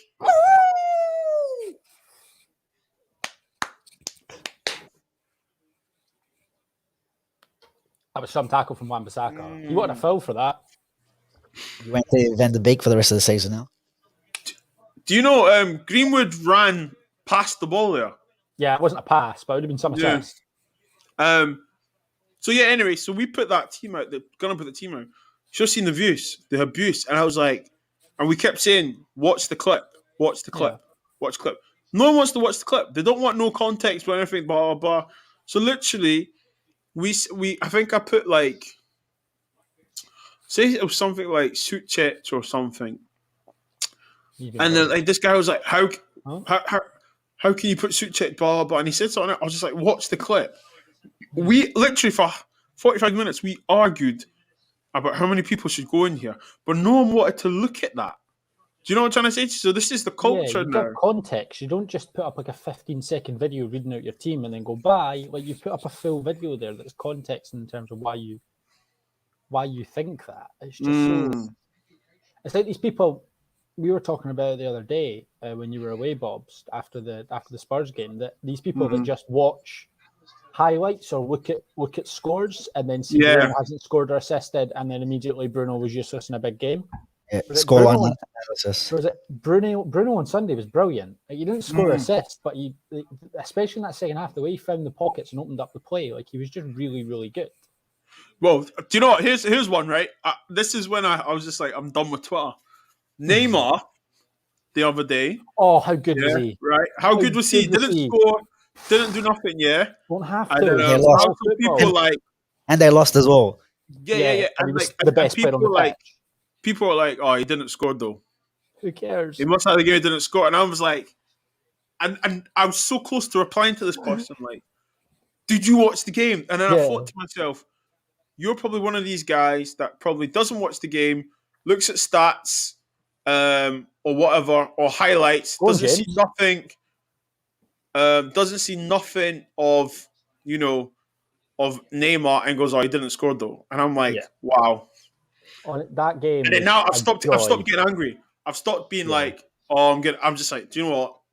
Phone down, get back to work, Bobby. Like, it's not even worth. Do you know what I mean? Like, everyone's entitled to their opinion, but for the love of Jesus, man, like, come on, like, I feel how good Neymar was the other night was ridiculous. He didn't have to try, and he rinsed Bayern Munich like. But it's crazy, isn't it? Like over. people are trying to tell me. What are you saying, Bocce? And like, especially when you're making content for YouTube, and then you want to put it out in your social media, you're not going to clip up the parts where you say, "Oh yeah, Bruno was fantastic." You're gonna clip up the little controversial parts, and you're not gonna put in even the whole clip to it, because you want people to go in to actually view the whole video on your YouTube. So, but people will just use that clip and run with that. So it's funny. But that's why, like, let me not lie to you, right? That's why, like, I'll be honest with you, I've stopped watching a lot of clickbait stuff. You know, like. And I think, do you know what? I honestly do think, that if you don't do clip, I try my hardest not to do clickbait, and I think that's why my channel doesn't grow as big. But to be honest, I'm not. I can put more into it, but I've got work in uni and stuff. But I think to myself, I look at all these other channels, it's all clickbait and stuff, and I was like, do you know what? That's the culture. That's what it is, isn't it? And it's tough though, isn't it? Because you do your review stuff, and it's actually a good conversation. Do you know what I mean? Like, it's three guys with three different opinions. Sometimes you agree, sometimes you don't. But they don't want to see that, do they? Do you know what I'm trying to say to you? They want to see someone. They want to see you rant. They want to see you just lose your head on camera, because that's what kind of, if you want to call it, that's what sells, really. Yeah. The whole negativity, to be negative about players. They want to see, like, if United lose a game or your team loses a game, they want to see you rant and blame this player and blame that player, and that's what gets you the views. Unfortunately, that's what, like you said, that's what this kind of generation is about. So like, there's so many times you see like titles. Fred, you see titles that it's a done deal here, it's a done deal there. Training room, training bust up. Yeah, I know. Oh my goodness. That was sweet. You know what? And I've tested that theory out as well, man, and it does work, man. Do you remember when at Spurs we had Ericsson and Vertonghen? There was a bust up or something. The girlfriend or something. Yeah. So okay, let me test. I go to the boys. Let me test out this theory. Yeah, let me put in the title, whatever the matches were that day. Then I'm like, Spurs sex scandal. You know the views we got on that video just because I wrote Spurs sex scandal. Seriously? Yeah, do you know? And like, we literally touched on it for like 2 seconds. We just mentioned, and we didn't even really speak about it. Do you know what I mean? And you're like, far out. Like, sometimes you just like see the negativity or the negative like side of things people want to listen to, but then your actual opinions, people don't really care. So it's crazy, isn't it? Like, it's literally like, and do you know that's one of the reasons why I don't do reviews. Because I feel like I see people do loads and loads of good content on like, when I say reviews, I mean like a match review, like after the game and stuff. Because I feel like it's hard work, to then watch a game, then to talk about it, and then you want people to watch, but people aren't really. They like, for example, it's like AFTV, for example. When they lose, everyone wants to watch them. Mm-hmm. Do you know what I'm trying to say to you? Yeah, guys, what are we doing here?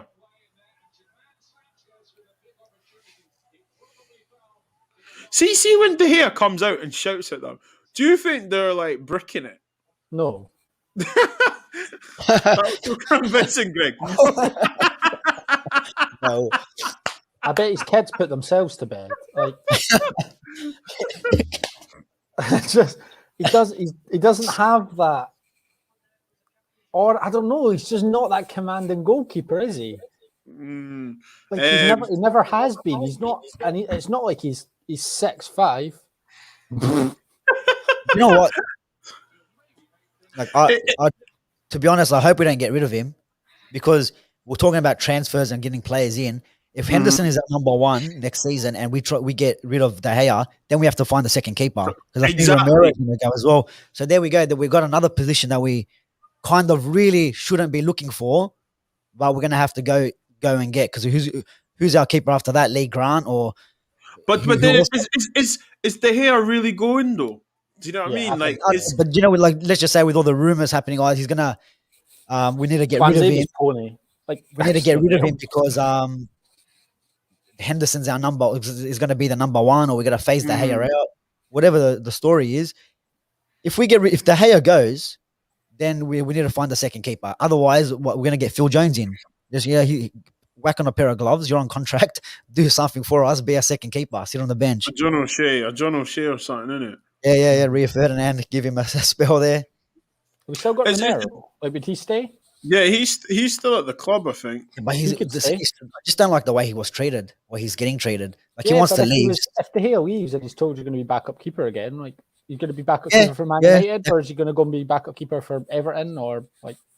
All right, Romero can start. To be honest, Romero can start for any team, not any team in the Prem, but like most of the top teams in the Prem. But they don't need goalkeepers.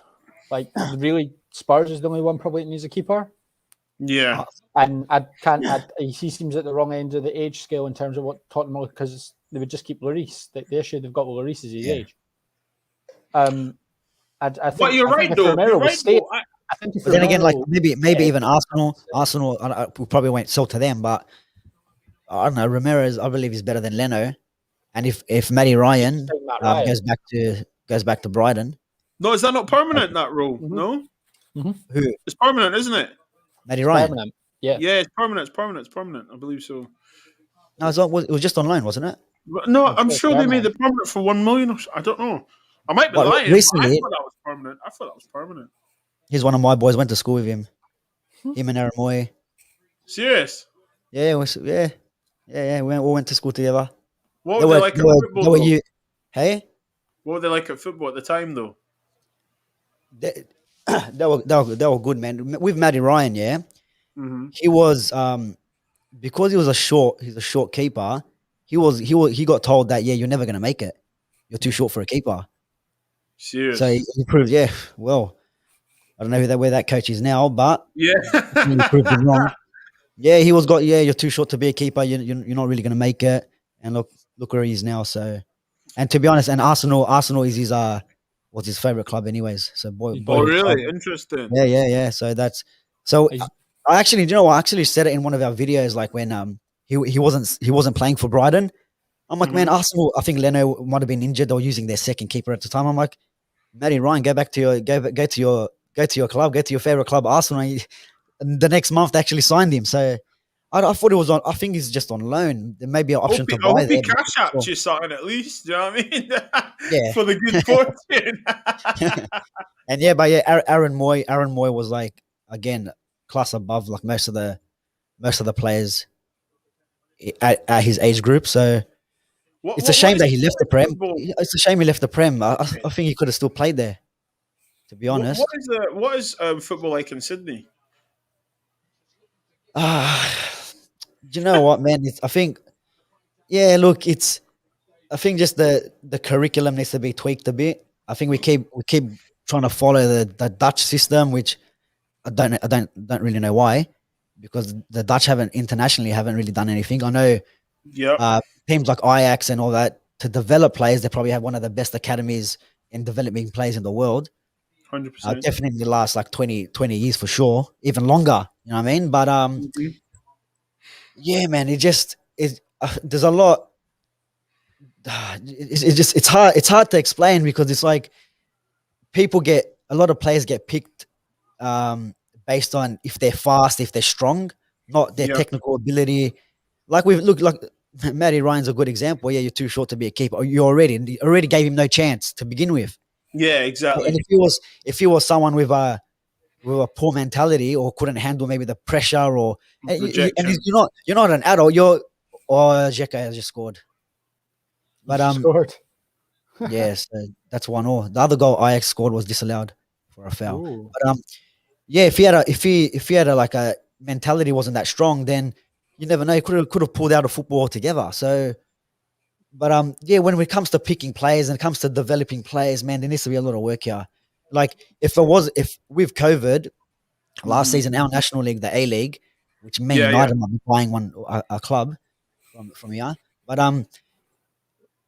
if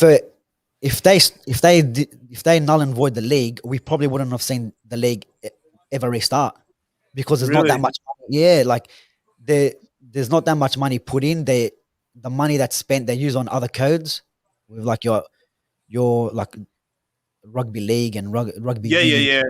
yeah. So there's not much funds going into football, and like at the league is not that strong as well. You got your salary cap, so there's a certain amount of money you can spend.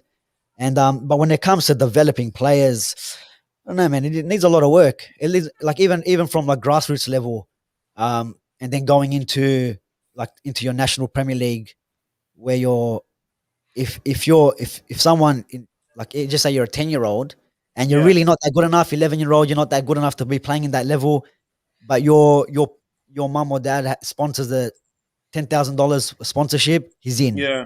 It's one of them things, you know what I mean? It's just all about politics. politics. It's all about the money. You know what I mean? Who dishes out the bigger sponsorship? Yeah, your kids in the team. Like it's a bit, and then some of the kids miss out. And even at just normal grassroots level, like the registration, like kids have to pay. It's just unbelievable, man. And like you got a lot of quality players that coming on. Captain Mata was about time. I want to see Mata play. I love Mata. But yeah, like carry on watching, yeah. But like you got some kids, some parents, they might have 3-4 kids and they can't afford to put them all in sport. And like I remember once when I was playing, maybe it was under 18s, under 20s. There was this at training. There was this African kid just playing with his brother at the park, and we needed another player to join in one of our games, and we called him on. I'm like, hey, do you want to just jump in? And he was quality. But the thing is, he didn't have the money to sign up. You're talking about, and this is the registration for, you're looking for a 10, 11-year-old is like $600. That's Australia. Wow. So you're like looking about like 300 pounds. Do you know what I mean? Just to play, like you're a 10-year-old, right? And like this kid, we all chipped in for this guy to be in our team because he was that good. It was that good. Like, you know what? How about we all chip in? Did he get sent? No, he's not been sent off. Who? The Granada player. No way. Or was it Fred? For the tackle. I think he got booked for the tackle and he's had a goal. I don't know what's happened. But see that breaks my heart, man. I don't know how it is over there. I'm not too sure. But no, every year, man, it's just like you just play, bro. I mean, you have subs in that. Sometimes you're looking at what, £30 a month, £30 a month, or nothing extreme. Like, I mean, £30 a month. That's that. And then you lose a lot of players. A lot of the kids that actually have the talent, they leave. They don't even get a chance, because when you have three kids, even 2 kids, sometimes it's even hard. Do you know what I mean? Yeah, because try to get them into sport. Because to be honest, it's tough, because you need to be able to like get them there, watch them, support them. It's tough. Training you got, especially when you're like in the What's like that? What? No. What did he just blow for? Offside, I think. He blew with the ball in midair. Maybe there was a foul. I don't know. But yeah, when the kids start going into the youth space, they start training maybe 3 nights a week. So now the parents have to, it's either take them early, all the parents work. If you got other younger kids at home, someone has to cook the dinner, someone has to take the kids. Some might have a son and a daughter, one might be going dancing, the other one might be playing rugby league, or you might be playing football. You know what I mean? So and it's hard on the parents as well, but to be honest, it looks like they don't even care. And that's why you've seen when it comes to the World Cups and all that, the international team, Australia, we don't really do well. We lost that golden generation in 2006, and we're struggling to get the quality back into the team. Yeah, because a lot of people say like the size of the country. A lot of people say like the size of the country deems how successful sport, like and how you think successful so? Going to be at sport. But you look at New Zealand, like they're the top side in the world for rugby union. They're pretty good. They're not bad at rugby league. They're second best side in the world for cricket as well. So and that's a nation that's very small, and so it's about it's having the opportunities, and like you said, making sure that these kids get the right opportunities at the even in New Zealand, I think their focus is more on them sports than it is the football. You know what I mean? So they're gonna pump more, like in the A League we got the Wellington Phoenix, so the New Zealand team, right? they were almost about to fold because there was just no funds going into their club. They were about to fold. So yeah, I've been to a game in the A League and it wasn't brilliant. I went to Adelaide United versus I think it was West Sydney Wanderers. I think. And it wasn't a brilliant game of football, but it was like technically correct. Like that's what you notice, like even with these smaller leagues, like it's not technically incorrect. It's just like the lack of the quality. Yeah, it's just like that flair and stuff. And then, especially with the A League, like what they'll do is instead of giving opportunities to some of the younger players to step up, they'll get a 34-year-old from Brazil or from somewhere from Europe that's played and is about to retire. Do you know what I mean? Like, yeah. And instead of giving the or whatever any player, younger players, a chance, that the players that come out of the youth system, they don't give them a chance. They'll get, look, I understand Del Piero, a big marquee player, when he came, he was packing out stadiums. So financially, it was a good thing to do. It made sense when we had, like, I know William Gallas was here, Robbie Fowler. I remember Fowler, Dwight York, our first season of the A League when it first came out, he was playing for Sydney FC. So was he not playing centre mid? I can't remember. Hey, did he play centre mid for the A League or did he play up front? They played up front. But yeah, financially it's good. But then when you're getting these other players in from overseas, and there is, I think you can have only like a few international players that come through that can play, but you're giving like a 30, 35, 36-year-old players a chance. You know what I mean? Why? When you give the younger players, so like the system is a little bit broken in my opinion. Like even me doing the coaching course, like you look at the curriculum and you're like, some of the things they're saying there and how to coach and the way they want coaches to coach in Australia, it's like it just doesn't make sense. It doesn't make sense. Like, and see, for you though, yeah, for you when you watch that, and obviously when you read that and watch that, and then you watch football, and also you have an idea of how you think football should be played and stuff. Is it tough? Like, to mentally, is it draining? Because it must be so frustrating to be like to read that and think it's more frustrating. Yeah, it's more frustrating than it is draining, to be honest. But yeah, like I was saying, like we try to follow the Dutch system. Yeah. And you look at the way they want you to coach. Like for example, they'll tell you we have to train in a holistic way, which means like everything has to be game orientated, decision making. So every exercise you set up has to have something with the player making a decision. Okay. Right? Which is fair enough, but if you have a 5-year-old that's never kicked the ball before, how the hell is he going to make a decision for you? How is he going to look up? Yeah. First of all, he's not sure how to control the ball, what part of the foot to kick a ball, and then to get a kid to look up and make a decision where to pass, it's just not going to happen. So, and then you look at the curriculum.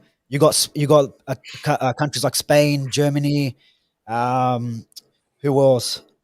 Germany, France, all the teams like Italy that have won World Cups, have won Euros. When it comes to their grassroots and their youth teams, they're all training like they call it isolation, which means literally you get a player right across from you and just, all right, left foot pass, and then he passes back. Do you know what I mean? Just to get a bit of an understanding how to make a pass before they can do all this decision making. So that kind of baffles me a little bit. And there was one comment like, this is one of the coaches that teaches the course, right? One of our, so where I do the academy, one of the head coaches there was doing the course, and you do like exercises there where you whatever it might be, breaking lines or counter attacking, whatever the subject is at the time. And he's like, in this situation, what do you do? And one of the coaches said, you can do maybe a chop. If the defender's coming at you at one angle, maybe you can chop to go back in. And now you're literally in front of goal and a better opportunity to score. And he's like, nah. He's like, no. And there was one of the ladies there. She played the Matildas at the time. I'm not sure if she still does, but played at the Matildas. And then he showed another example, and then they go, no, in this situation you run at goal, you run at the near post, but then it doesn't make sense. Do you know what I mean? What you've seen players cut across, put it back, put it on the other foot, and now you're in a better opportunity to score a goal instead of running at the post where you got the goalkeeper covering the space. And then he's like, no, what he goes, and then his comment was that this is the guy that's teaching the course. He goes, what are we trying to do? Make Maradonas. That was his comment. Exactly. Why not? And that's what one thing that in Australia that kills that is the creativity. They make players so robotic. You run there, you pass there. Everything has to be, passing patterns here. But they kill the creativity. No, don't do a skill here. Don't get creative because it's, we're not allowed. Yeah, that's the thing, Botchy. They're doing it here, and it's happening in real life football. All the players with flair are being coached out. The flair's being coached out because Williams. That's such a 5-yard pass. All the flair players are being coached out. Or they're getting put on the wings. And look, do you know what I used to say to people when I played football? Right, I played for Rangers, played for Raith Rovers and Clyde, senior teams and stuff. And the best football I ever played was in the street. Jumpers down for goalposts or even bikes, and you just played football because it was bragging rights. You didn't want to lose to your friends because you'd be like, oh, you got beat. So you train yourself. You'd be do skills in your living room. I remember, I don't know, Greg, you wouldn't have done this, but do you remember kicking the ball off the couch on the bottom of your couch? Still do. My mum would murder me. There's always a ball in the house. There's always a ball inside the house. Has to be. And that's how I practice on my touch. I used to kick it as fast as I can to see how quick I could control it. And I remember when you see people with flair and you're like, how did they do that? Blah, blah, blah. It's just because they play football in the streets or they kick about and stuff like that. And then what the worst thing Scotland done is stopped. They put signs up, no ball games. So in the States, you couldn't play football. Streets, you couldn't play football. They started making these places, open spaces, into car parks or skate parks or whatever. And it was just I remember getting older and thinking, boy, I'm lucky I grew up when I grew up because we just saw a bit of space, put goals down, and played football. That's all we done, played football. And it was you saw what you saw on TV, so you copied it. Even if it was the Cruyff turn, you practice. And I think there's no one wanting to develop anymore. Yeah. Everyone wants the next Ronaldo. You've got to have it there and then. And I think for me, personally, it's poor because you've got athletes now. You don't have footballers. Yeah. They're athletes. Yeah, and that's why Bobz, when you see on my stories where at the academy where I coach, a lot of it is technical.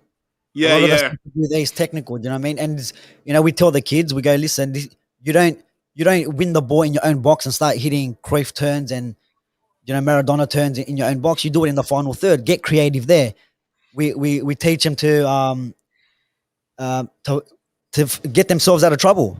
Figure out a way how to get. If you got 3-4 players around you, figure out a way. We tell them to keep the ball when we finish off with a game at the end of training. It's literally don't pass.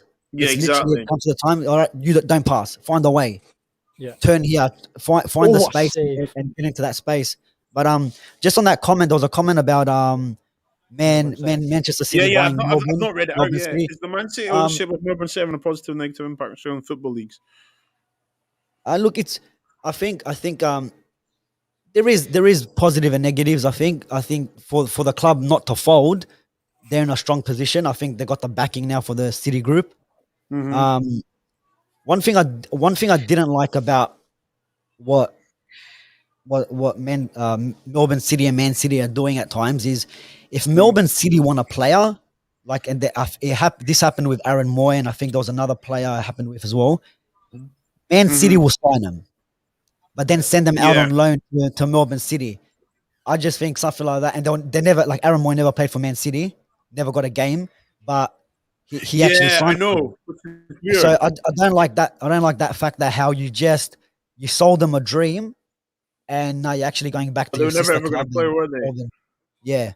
So, but otherwise, I think it does have a positive effect to bring players in, and They got a bit of a pull, and they're actually doing well at the moment as well. But the whole thing now of Manchester United, there was talk they're going to buy Central Coast Mariners. Mm-hmm. The thing with that is, I think there's a bit of a negative effect that's going around. Is they want to not only when they buy, they want to relocate. So they want to relocate the club, wow. which is not the people from the Central Coast, the fans are not going to really be happy with that. I mean, they've been here since the start of the league, and now they want to relocate them to another place, which is, I don't know how that's going to work out. So it might even be a name change, a kit change, everything, like pretty much a whole new squad. I'm like, why don't they just start up and put in like a thing to like an expansion, like be another expansion club and get another team in the league if you want to. Yeah, because would that not be cheaper, no? Go. Sorry? Would that not be cheaper just to set up a new club? Do you know what it is?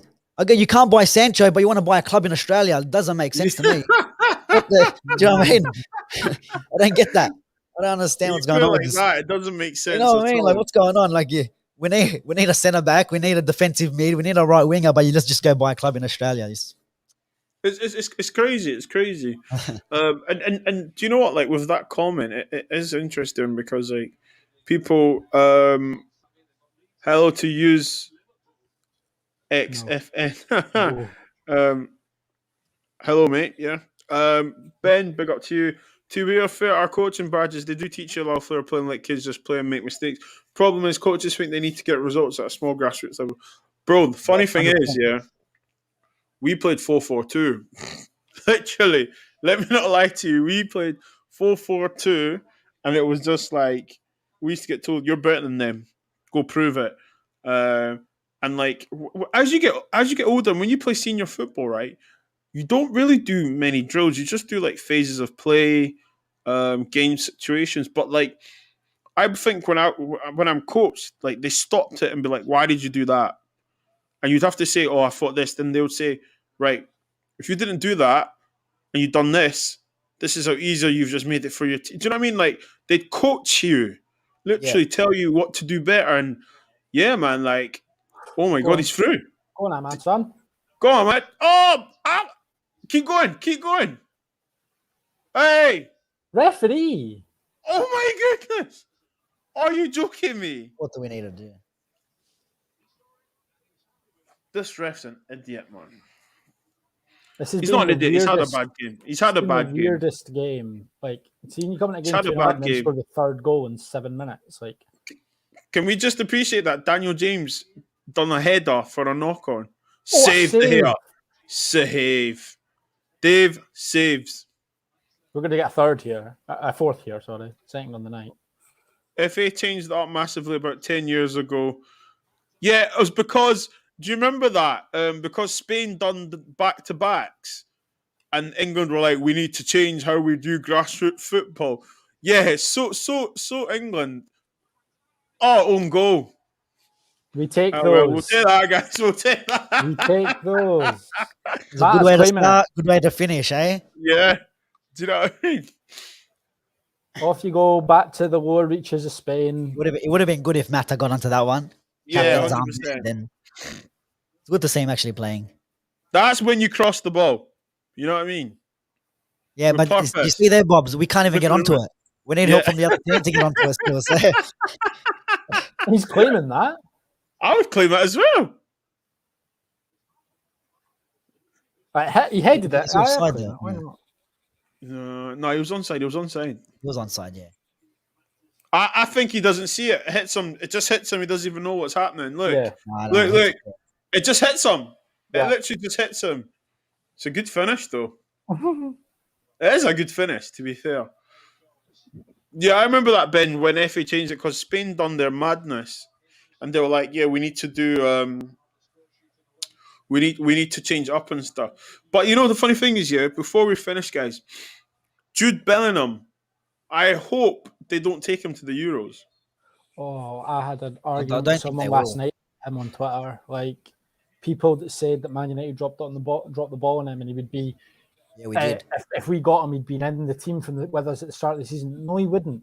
He wouldn't. Years old. The reason he's playing so many games in Germany is because Germany, all in all, is an easier league. Like, Bundesliga is not anywhere near the standard or physicality of the Premier League. If he's playing in the Premier League at 17 years old, he played maybe 2 games half decent, and he'd be kicked into there. There's a reason Phil Foden hardly played for City over the last 2 Oh my goodness, it's a foul. Because he had to get big, he had to get strong, and learn the game's going to be physical. Because all that would have happened with him coming into Man United is he would have played under 23s football, which is fine. He's 17. He wouldn't have developed. Yeah, like it was right for him to go to Germany, and it just like for me, mate. Like I'm not even straight into our midfield. It's like he doesn't. I was look. Why? See, look. Why are we talking about Sancho? Because he went away to play, develop himself. They're talking about Bellingham because he's went to a league where he knew he was going to play. This is what people don't realize. When you're that age, you need to play football. You know, how many times did you see like a big money signing on the bench? Then you get look at Ahmed that comes on for the last 10 minutes. Do you remember Ryan Gold? That's the culture. That's the culture here. You come for the last 10 minutes. Pardon? Do you remember Ryan Gold from Dundee United? Yeah, Ryan Gold. Look at Sporting Lisbon. Yeah, he's even still there. Now he's at Firenze, but he's like their top scorer this season for Firenze, and he's playing brilliant. And he's actually still like the same sort of player that he was then. Because if he went to where he was linked to the Championship. And if he went to the Championship, he'd had all the flair kicked out of him. He'd have become a standard, maybe a half decent right midfielder that could maybe play in the higher. Oh, what a ball, Ahmad! That could maybe play in the upper tier of the Championship, lower with the prep, but he wouldn't be the flair player scoring goals and everything like that. Like these players have to. Not everyone's dream destination and not everyone's playing style suits England. Yeah, and you know what? Look. Ben says here, Dortmund got Bellingham for about 10 million less than English team would have gone. Exactly. This is the thing. Yeah, I think his family have said, look, you're going to play and develop here. Mm-hmm. You're going to play well. You're good, but you need to develop. You need games. And, you know, Foden is an exceptional talent, okay? But we need to remember, Foden's not just the best player there. He's not like one of the good players. He's like doing 1-2s with KDB, Fernandinho. He's around ballers. Do you know what I mean? Guys, it was a drab match, but the company was better. Who's the man of the match, guys? 100%. I don't know, to be honest. Give it to Cavani for the goal. Cavani? Yeah. Done his job. We'll go Cavani. De Gea, maybe? De Gea made some 3 or 4 brilliant saves. Yeah. Good save. Clean sheet, Roma, you know. We've got Roma, it looks like. Is it Roma Defo? Looks it. 10 seconds left. Nice. We get to rinse Chris Smalling again. Rashford will be used to I think Roma's going to be a tricky one, guys. Let me not lie to you. I don't think so. Maybe away, but no, it's I mean, job done, right? Yeah, it's job done. I reckon we can do Roma in both legs. I think we could beat Roma. Yeah. Are we a home or away first leg? Do you know? I'm not sure. That's a good question. I mean, it'll probably come up. Yeah, I have no idea, but I reckon we'll win both legs. We should win. Yeah. I just worry about Xhaka. Xhaka always scores against us. I don't hate him, but yeah, when he used to always score against when we was at City, it was so annoying. So Mkhitaryan comes back to Trafford. You love to see it. Wow. What is this? What's this? Slavia Prague didn't kneel down before the game. No, and Arsenal dead. All of them dead. Wow. They are actually the slate this club so much. They're out now though. So it's fine. Yeah, 4-0. Wait, Stecklenburg plays for Roma? Yeah. What? I don't want to see these goals. I'll watch them later. They weren't the best, but I'll watch them later though. Anyway, gentlemen, thank you so much. Through. Another semi-final for Ollie. Guys, Greg, Bocce, you've added to the winning mentality, my friends. I haven't been. Brilliant, literally. Greg's got 3 in a row. 3 in a row. I know, right? I know.